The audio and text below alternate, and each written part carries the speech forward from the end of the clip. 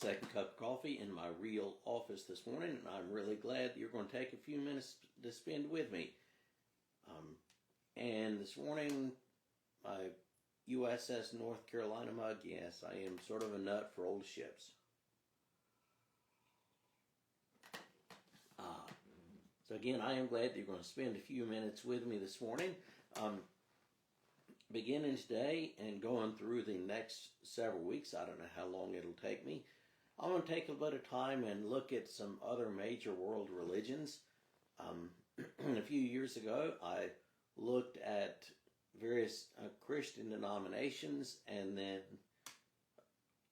back, I guess, during the spring and summer, I looked at some religious groups that aren't in the mainstream of Christianity, some farther out than others. And starting today, I'm going to do several Wednesdays on other world religions that are not Christian. And I'm going to start, I guess, with a disclaimer that I'm not a scholar on world religions. I'm New Testament, Old Testament, Christian doctrine type guy.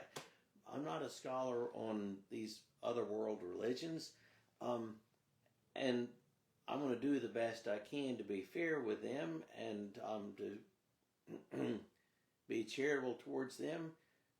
And for today, I'm going to start with, we're going to start off with Judaism, and today I'm going to be in the most familiar ground for me, that is the origins of Judaism, Old Testament, New Testament era Judaism. And then next week we'll look at Judaism as it is practiced now. So,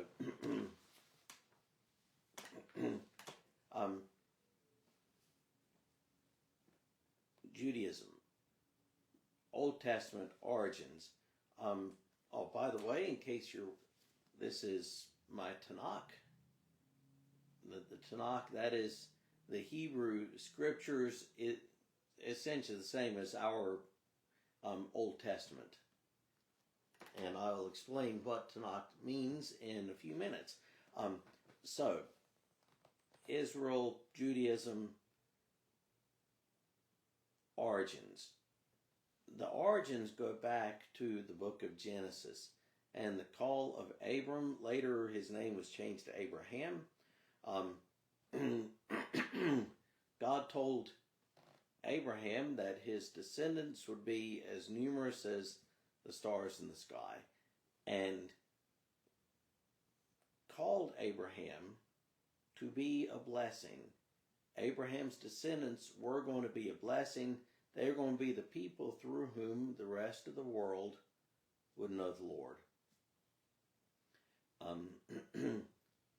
After this, Abram's name gets changed to Abraham. Sarai becomes Sarah. And, of course, we know that Abraham has Ishmael and then has Isaac, and Isaac is the child of the covenant. Then Isaac has Esau and Jacob, and the covenant runs through Jacob's line. And Jacob, and this also is in the book of Genesis, in a night of wrestling with an angel. After that, God gives him a new name, Israel. And so in the latter portion of the book of Genesis, you will see the term Israel used sometimes to refer to the character also named Jacob. And so that gets us to the term Israel. And that's the name for Jacob after he wrestles with God, wrestles with an angel overnight. And if you trace Old Testament history, the people grow, we have the wilderness wanderings, they enter the promised land, and the idea of the land is very important. The idea of the land is that is their inheritance. That is the inheritance. It is the land. They get to the land and establish a monarchy. They become a kingdom against God's wishes. And a generation into that, this monarchy divides. There's a bit of a rebellion. The northern tribes rebel against Judah, which would be the name for the southern kingdom. And for a time you have Israel, the northern kingdom. Judah is the southern kingdom. Both of these are ultimately wiped out. The northern kingdom first, and then the southern kingdom. And with the and after that, you have this curious thing like, what actually is Israel? Does Israel refer just to the northern kingdom, and after its fall to the Assyrians, to its descendants, or does Israel refer collectively to the whole people? And that's something that people are still writing about now. I guess the safest assumption is that all the way through, after the fall of the northern kingdom, that Israel can be used to refer to everybody. So both the northern kingdom fall, both the northern and southern kingdom fall. Northern kingdom in 722 to the Assyrian. Southern kingdom, they fall to the Babylonians in 587 BC. And what we normally think of as Judaism sort of emerges during that Babylonian exile. They are in exile, they're in Babylon, they are hundreds of miles away from the temple, from Jerusalem. Their beloved holy city has been reduced to rubble anyway. The temple has been reduced to rubble. And so how do they practice their faith? In exile. And they practiced it by beginning to meet in each other's homes in small groups. And those are the genesis for the synagogue. Synagogue being the meeting in a house or in a small building to read from the Torah, to pray, to hear someone teach from the Torah. That goes back to the exile. It goes back to the era of the Babylonian exile. So it's how do we practice our faith when we don't have the temple? And obviously if you don't have the temple, you don't have the sacrificial system, which we may or may not be familiar with. That's the sacrificing of goats and lambs and bulls, etc. That is described in minute detail in the Pentateuch. So Judaism changes dramatically and really is born in, as we know it, it's born during the exile. How do we live out our faith when we don't have the temple and we don't have the sacrificial system?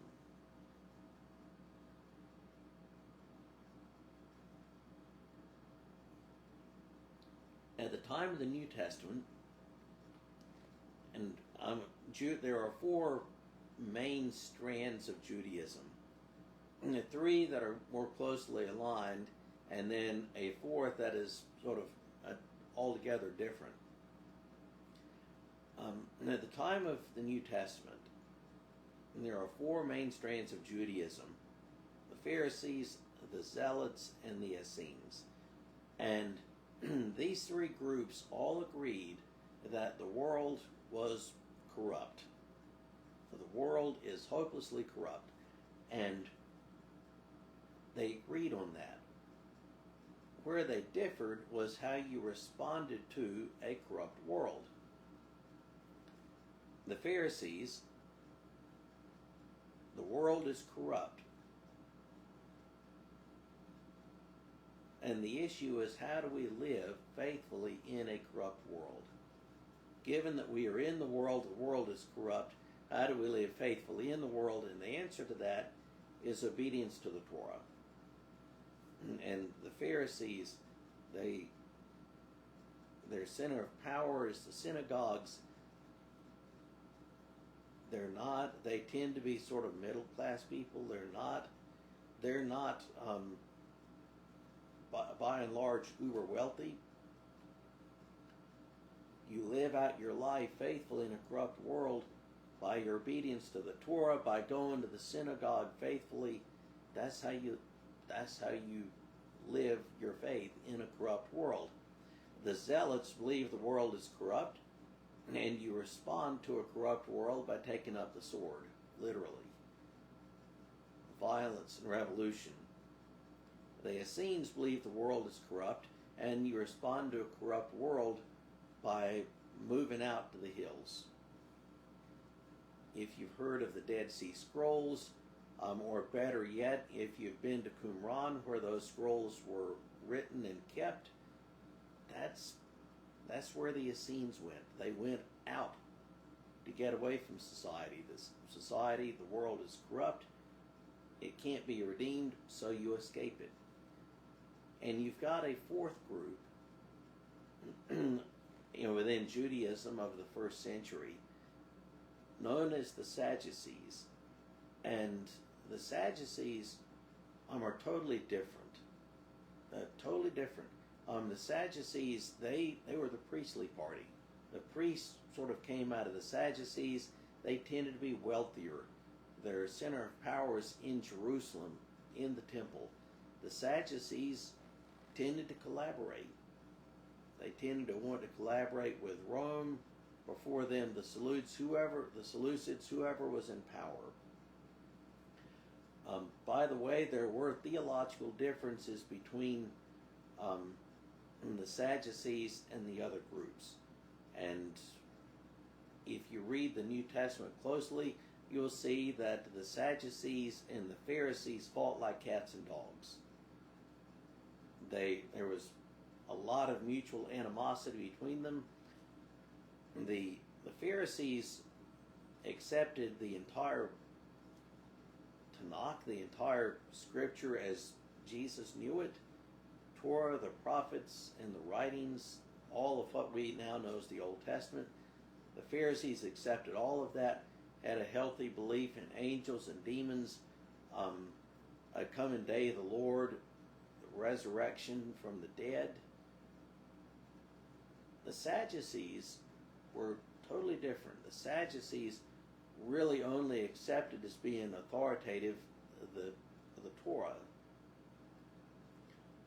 They didn't accept the later prophets or the writings as being canonical. They really didn't buy at all into angels, demons, didn't believe in a resurrection of the dead. And in the book of Acts, you'll see the Pharisees and Sadducees at each other's throats on numerous occasions. So, sacred texts for Judaism. The Tanakh. That term Tanakh is essentially, it's an acronym. Torah, the law, the first 5 books, the Pentateuch, as it's also known, Genesis through Deuteronomy. The Torah, Nevi'im, the prophets. Hebrew word for prophet is Nevi. Nevi'im is plural prophets. And then the K is Ketuvim, which is, they're the writings. Psalms, Proverbs, Song of Solomon. Daniel is included in the writings, etc. So Torah, Nevi'im, Ketuvim. And then the acronym is simply Tanakh. This is it. The Torah is, I guess you might call, first among equals. All three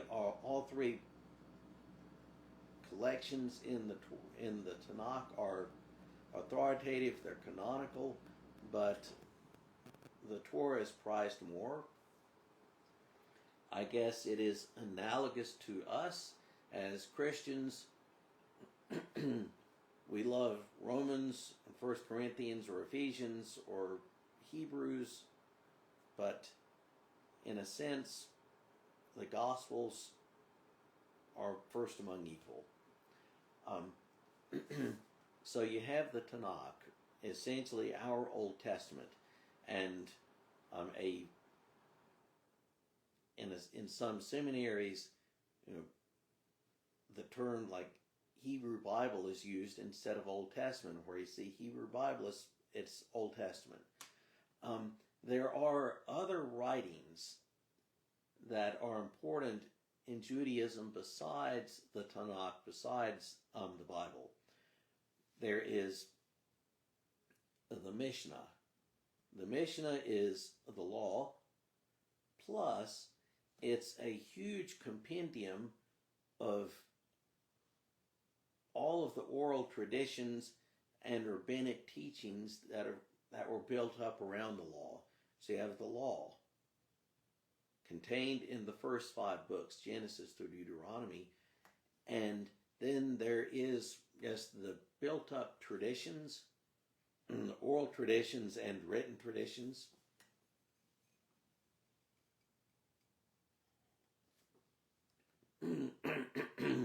The teachings of the elders and the rabbis, written down, compiled in one volume known as the Mishnah. And then coming along after the Mishnah, there is a broader work called the Talmud, which is sort of a commentary, a rabbinic commentary on the Torah and the Mishnah. So the Torah, and then you have the Mishnah, which is the traditions of the elders and the scribes, the written commentary about the Torah. And then there's a broader work, the Talmud, which is an extended commentary on both the Torah and the Mishnah. The Mishnah and the Talmud hadn't been completed at the time of Jesus. They had come along a little bit after that. But even in the era of the New Testament, there was what we might call, what has been called the traditions of the elders. We've got the law. And over the centuries, the scribes, the rabbis, what they had written as commentary about the law. So what is most important about ancient Judaism? Circumcision, your entry into the covenant. Infant boys are circumcised on the 8th day. If you were converting later into Judaism, you still had to be circumcised. Faithfulness to the covenant. Faithfulness to the covenant, faithfulness, obedience to Torah was central. It's central. Sometimes we Christians, when we read the Bible, we read into that, we read it through the lens of the Protestant Reformation and all the fights that the Reformers are having with the Roman Catholic Church at the time. And the Reformers are hammering over and over again about justification by faith. And sometimes we read the Bible through that lens, and we come away thinking that our ancient Hebrews, our ancient Jews, were made right with God by simply checking the boxes, by works, as we would put it.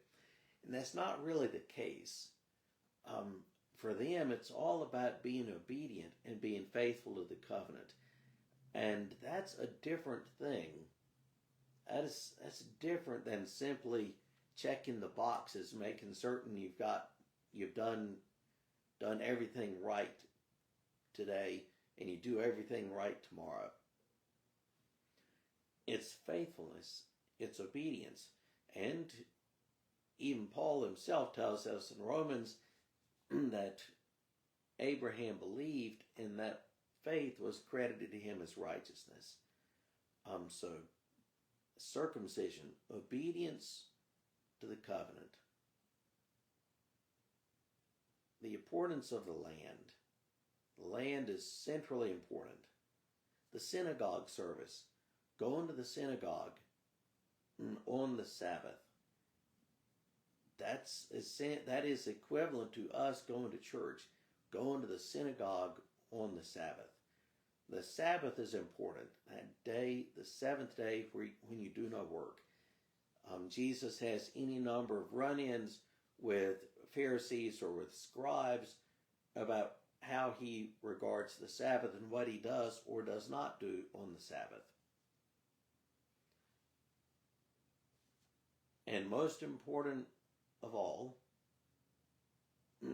hear, O Israel, the Lord your God, the Lord is one.